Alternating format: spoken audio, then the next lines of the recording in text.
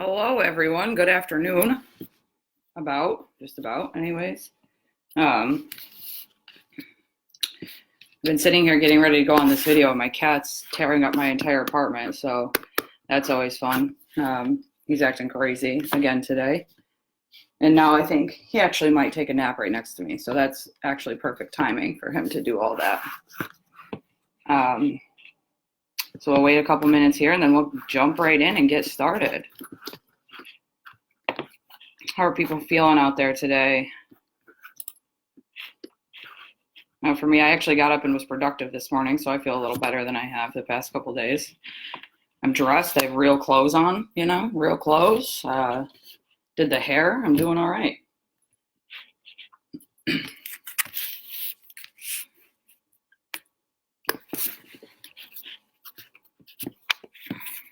So I picked my word this morning right before I came on, and I got openness. And I don't really know what to interpret of that today, or how to interpret it today. I'm kind of just ruminating on it at this point. I don't have anything that jumps right to the front of my mind about openness today. I guess maybe like I could look into the decisions that I've been making recently in my life, and I'm trying to be open to like change and doing things differently than I have in the past. And being open to new feelings and new uncomfortability that I really don't want to. I don't want to sit with all those things. So I think that's really one of the things I could pick out of my brain about openness. This is definitely very impromptu this morning. I looked at it and I was like, I don't want that word. I don't want this one. Why can't I just pick a new one? But that's not the way this works. I can't just pick a new one. God gave me this word for a reason.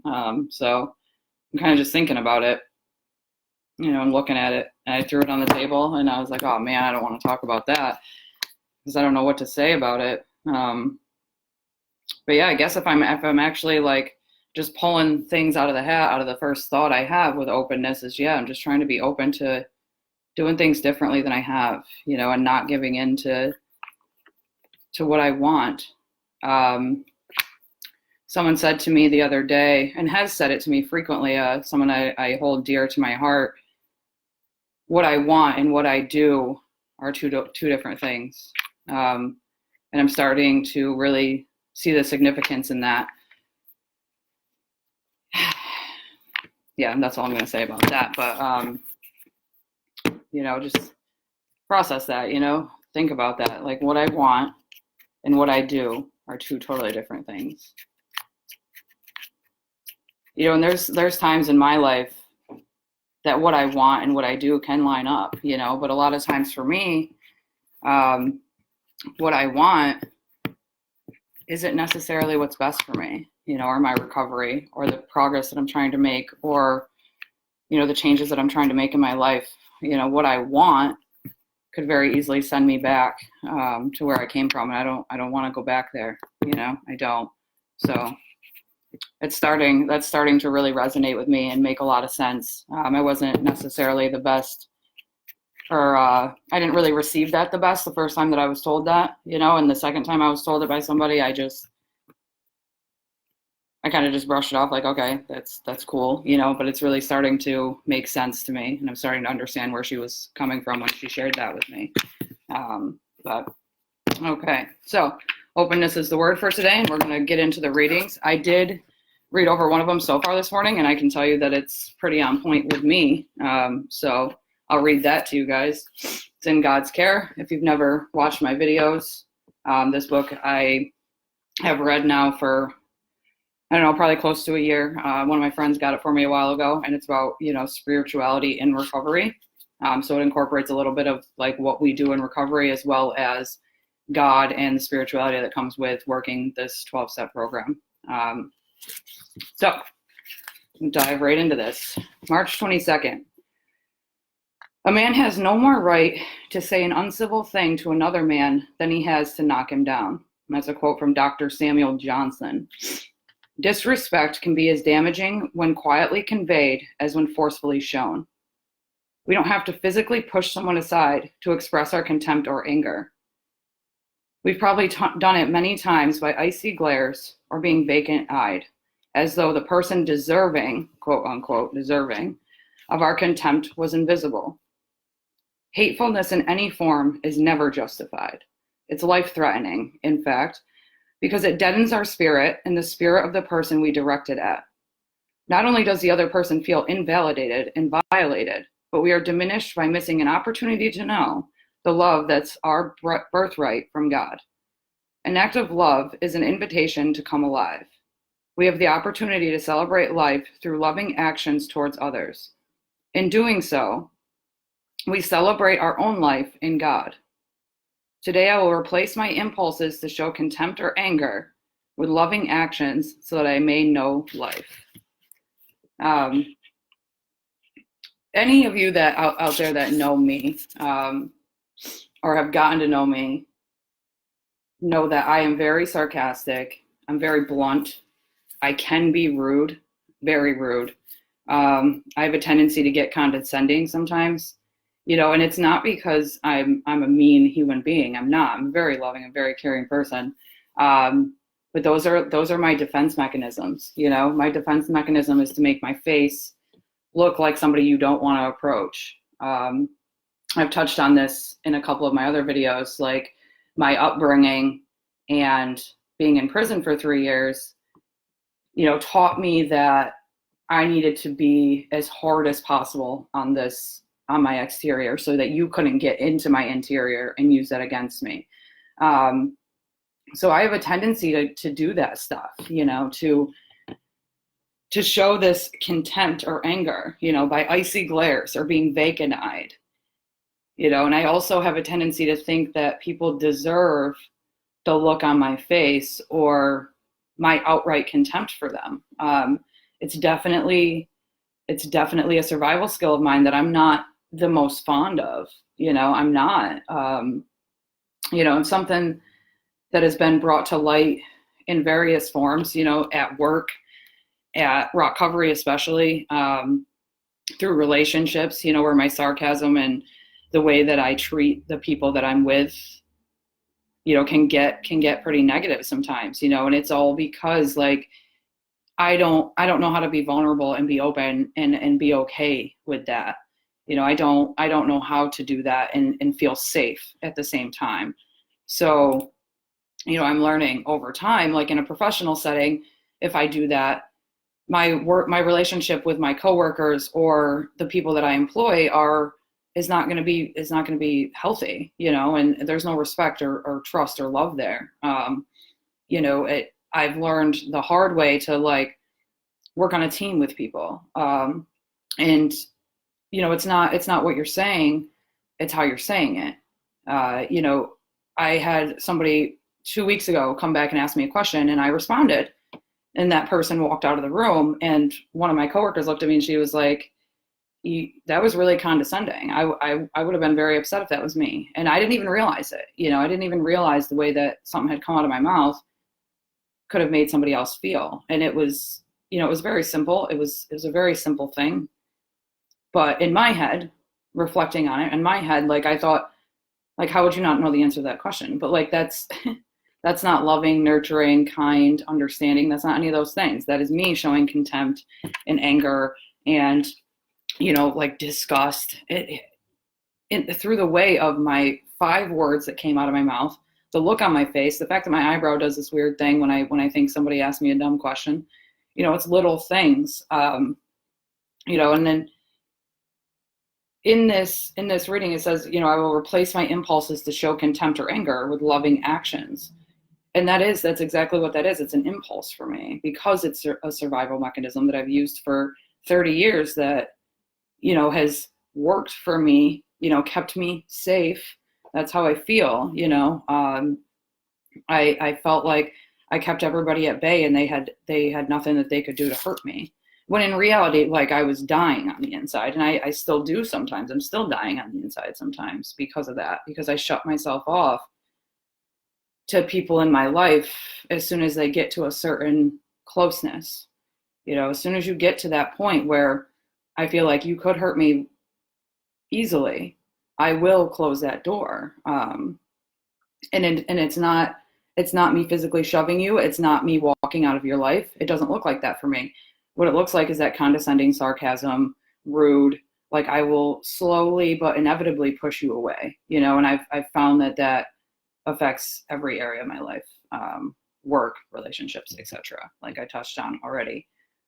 So yeah, I read this like 10 minutes before I came on, and I just started laughing because the irony of this, because as I've touched on a couple times on my videos over the past week is, I'm really trying to use this time to focus on me and change some of that stuff that leads me back to those behaviors, feeling like I'm inadequate and less than, all those things that lead me back and potentially could lead me back to a drink if I let them run rampant in my life.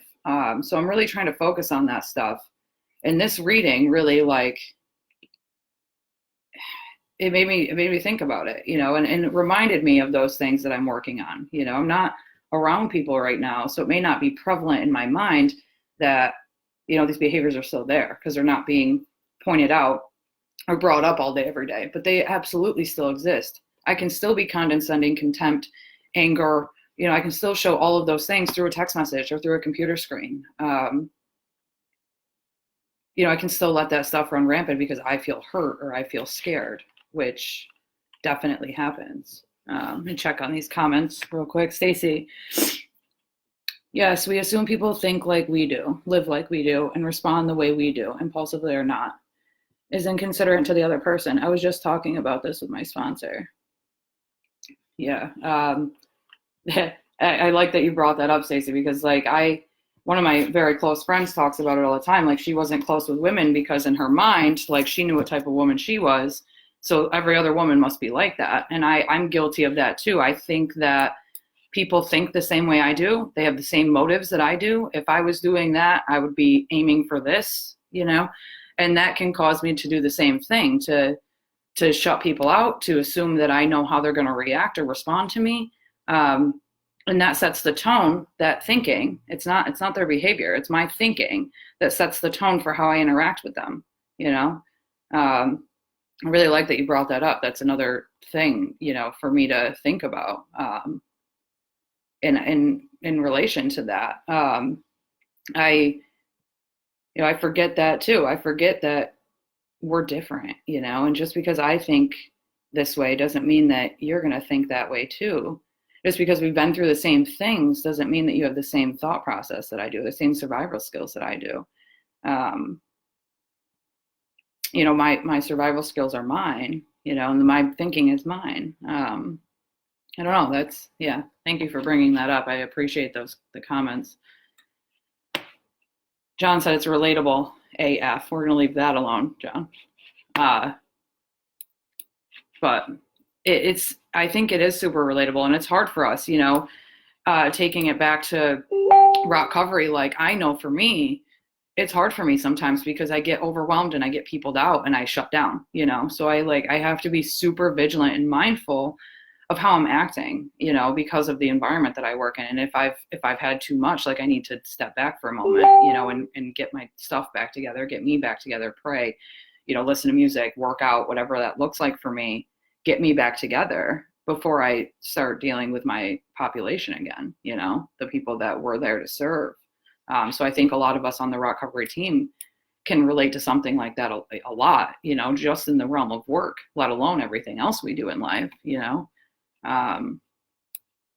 So Stacey, I love that you're doing these. It helps me get to know you better, and I love you.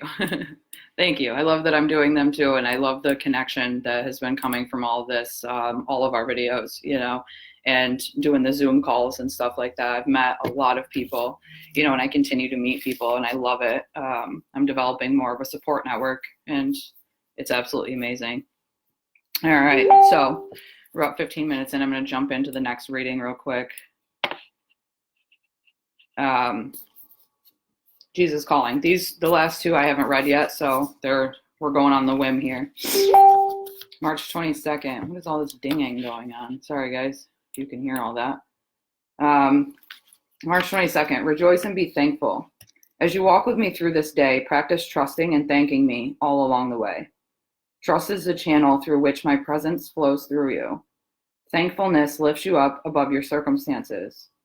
I do my greatest works through people with grateful, trusting hearts.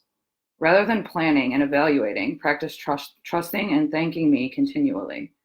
This is a paradigm shift that will revolutionize your life.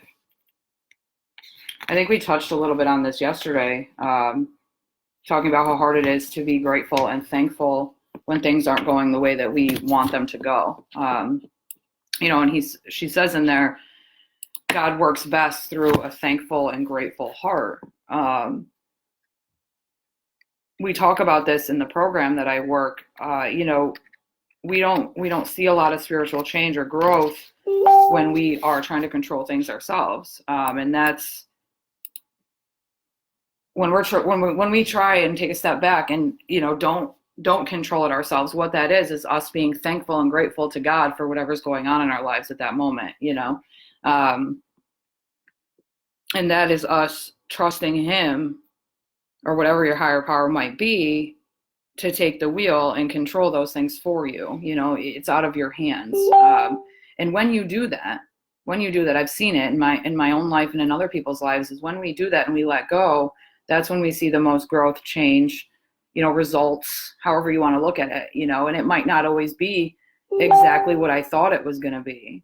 My results from that might not be the relationship I wanted, or the job that I wanted, or the money that I needed, blah, blah, blah. But I'm okay. And I come out better because it's God's plan. It's what God wanted for my life, but I don't get those things. I don't get any of my needs met the way that, they could be if I'm taking control of everything. I will run that train into the fiery pits very quick, very quick. I've learned that time and time again, and I'm sure that I'll learn that lesson again more in the future.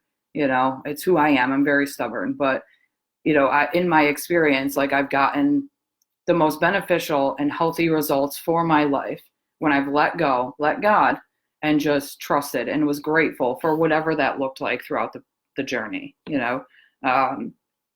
Like I said, it rarely does it ever line up with what I want. It does happen sometimes, but rarely does it actually line up with what I thought I wanted or thought I needed. But throughout it all, I'm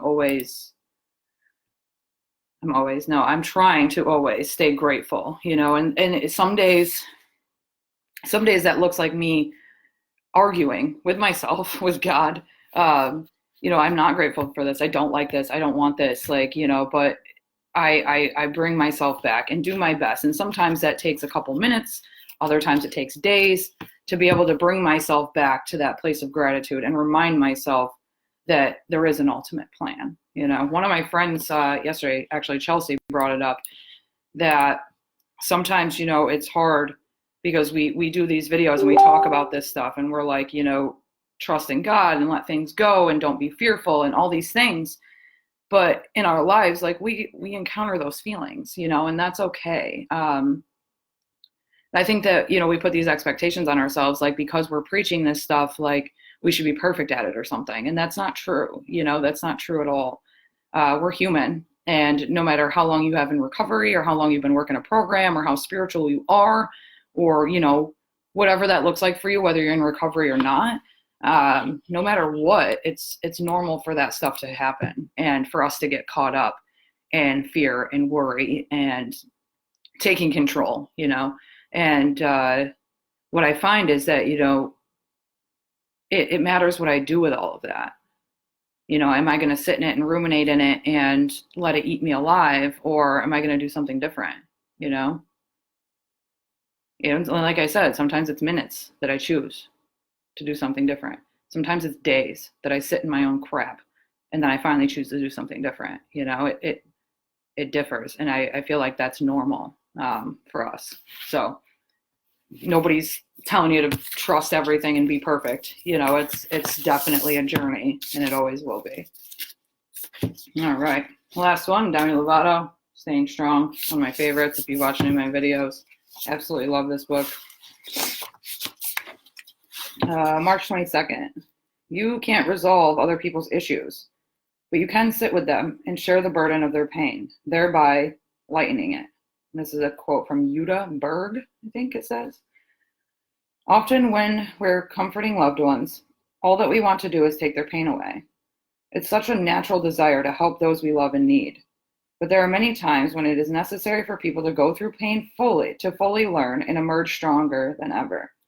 Remember not to enable someone who needs help with a problem. Support them in finding a solution. Goal.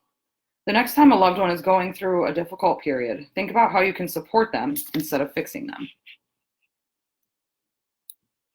What do we got here? Pause.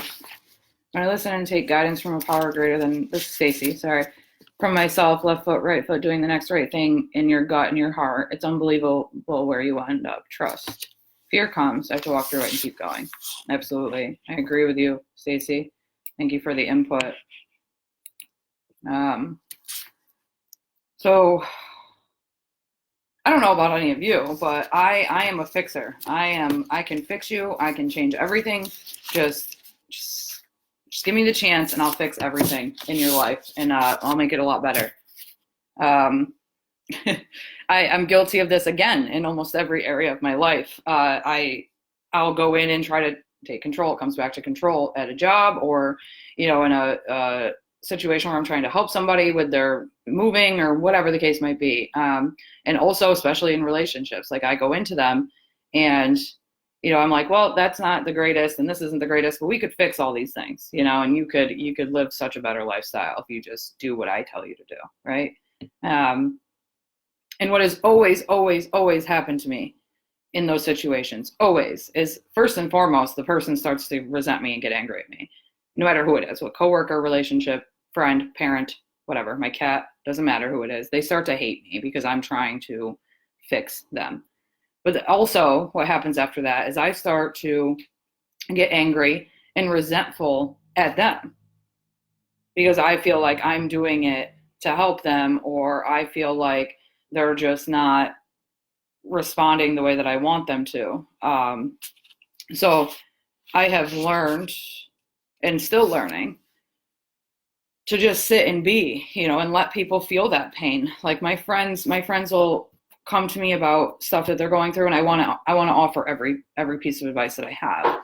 And sometimes that's warranted. Sometimes it is. But most of the time, just listening, and just being there and just sitting with them in their shit is the way that you're helping somebody the most. Just being there, even if you're not speaking, There's been times recently that I'm like, I don't know what to say. I don't know what to say to you because all that's going through my head is all the ways that we could fix this. But that's not the right thing to do in that moment. So I won't say anything, or I'll express that. Like, I don't know what to say, but I'm here for you. And I've found the most connection, and people in my life feel the most supported when I do things like that, instead of trying to fix everything. And I know for me too, when I'm in my stuff, I don't necessarily always want your opinion. Maybe I don't, and there's times that I just want to vent and I just want to, I want somebody to listen and I want someone to feel it with me, hand in hand, and just to know that they're there. I've found more recently, I ask people, I started to ask people, do you want my advice, or do you want to just be heard, and that seems to be helping a lot. And I'm not saying I always do that because I'm not perfect, but I've tried to be a lot more mindful of that. And when going into situations where people are venting to me, I let them vent, and I'll ask, if I have any advice to offer, I'll ask them, do you want my advice, or do you just want to let it out, and I feel like the few relationships that I've applied that to pretty consistently have grown and flourished because of that communication, because they know that I'm not going to just offer unsolicited advice or try to fix them. They know that I'm just there for them, and that if I do have something to offer, I will ask permission before I offer it. Obviously there's different types of relationships where people come to you and you know that that's what they expect, like my sponsees and stuff like that. Like, of course, I'm going to give them advice. I'm going to. That's different, because 9 times out of 10, when they're coming to me, it's because they want that advice, or they ask. They specifically ask, like, what do you think? But I think that's the best way that we can be compassionate, understanding, and be supportive, is just to be, and let whatever's meant to happen, happen. Let that conversation flow on its own. And instead of forcing in our control and what we think is right into the situation, it definitely in my life has been super detrimental to my relationships at times. I recently had that happen in a relationship where I went in and I tried to fix everything, and the person got resentful to me, but I also got resentful, and I got angry, and we had to take a step back. We talked about it, thank God, and we got through it at that time. But initially, like I was mean, and it was because I thought I knew what was best, and I was trying to fix everything, and I was trying to make everything right, and yeah, it doesn't end well. It really doesn't. I could use my mom in the example of that. Like, I wish that I could just change everything that she does and she would stop being so like unhealthy with her illness that goes on, like she makes decisions that I don't necessarily agree with. And in the beginning, like when I first came home, I used to tell her I didn't agree with them, and I was mean about it. I was like, you're gonna, like, I remember one time I looked at her and I said, like, we're gonna bury you. I'm gonna dig the hole now, and you can sit there. And when you die, you die. Like, I was mean. I was so mean because I thought I knew what was right. But our relationship has changed a lot over the past year. And one of the reasons for that is because I'm just there, and I'll say, like, I don't think that's the best, but I support you, and I do. And it's gotten to the point where we have that open line of communication, and she asks me, like, hey, what do you think? And I'll say, okay, like, if you want to know, here's what I think. Or if she's just talking to me about something she's going through, I'll ask her, like, do you want to know what I think? And it has completely changed the dynamic of my mother and I's relationship. Because at the end of the day, I don't know what's best. I'm not a doctor. I'm not her caretaker, and I might think that I know, but I genuinely don't. That's not up to me to decide. All I can do is be there and support her, All right, so that was I just went off with that a little bit, but Stacey's commenting all over the place. I love your participation in this. What's the recent one? Now I'm getting all emotional. Seriously, though, as a community that stays understanding and not judging and shows me hope and loves me when I cannot love myself and speaks their truth. Absolutely. That's one of the things that has saved my life, is the way that, and I've learned most of what I do now from the community that I am actively involved in, and that's ROCovery, but it's also my 12-step program.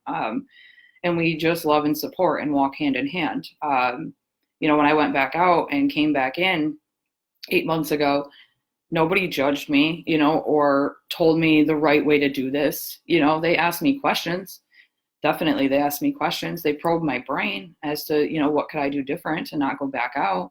But nobody judged me, and nobody told me the right path to take, because it's my own, and I have to figure that out on my own.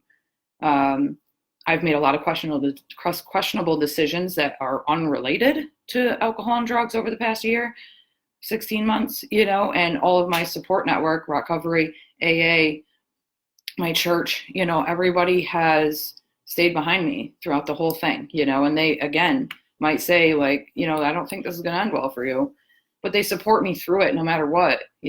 My best friend, I don't know how many times, tells me, what are you doing? You're insane. But she sits with me in my shit, and she walks me through it. And when the poop hits the fan, she's there listening to me cry and listening to me vent. And, we just move on. And the biggest thing that she's done for me, and this goes for almost everybody in my support network, is they say to me, we'll get through this together. I'm not alone. I'm not alone, regardless of the decisions I make or things that I do, regardless of that. you know, and that's one of the things that kept me around and kept me coming back, was learning that they love me and support me no matter what I do or what I look like, you know, at the end of the day.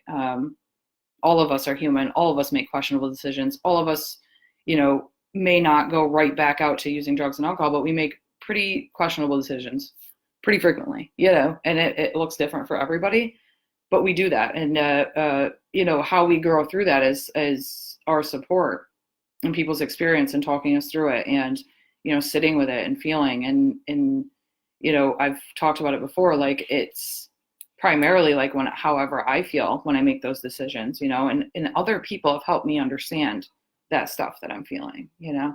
Now I'm starting to learn on my own, which I think is also pertinent to recovery, is learning some things out on your own, you know, and that independence that comes with it, and learning how to be there for yourself and feel your things and get through it alone. Because sometimes, you know, there might be times that you are stuck alone, like right now, you know, I can pick up the phone, but primarily I'm alone, you know. So it's, for me, I'm starting to learn my independence in recovery, but knowing that I have a huge support network behind me at the same time. You know, I'm not primarily relying on them. I mean, I do rely on them. I would say 99% of me relies on my support network, but there's starting to be a little percentage of me that's relying on me, you know, and starting to learn me. But it has also taken me 16 months of being held by an entire community to get me to the point where I can starting to feebly walk on my own. So I think I've rambled enough. That actually went a lot better than I thought it was going to when I saw the word openness for my topic primarily. I wasn't sure where it was going to go. So I think it was really good readings today. And I'm really grateful for all the comments and Stacy getting involved so much. Corinne commented, John. I'm really grateful for the comments and stuff. Hi, Kiara. And you know, I'm really grateful to all of you for watching. I really am, and coming back every day and jumping in on this with me. This isn't easy for me. I know it's not easy for you guys, but we're in this together. You know, we're here for each other. And I really, truly appreciate you guys being here. So I'm going to head out. Feel free to watch any of the videos on the ROCovery page. And also, again, like I say every day, like offer us some ideas, you know, jump in, get involved.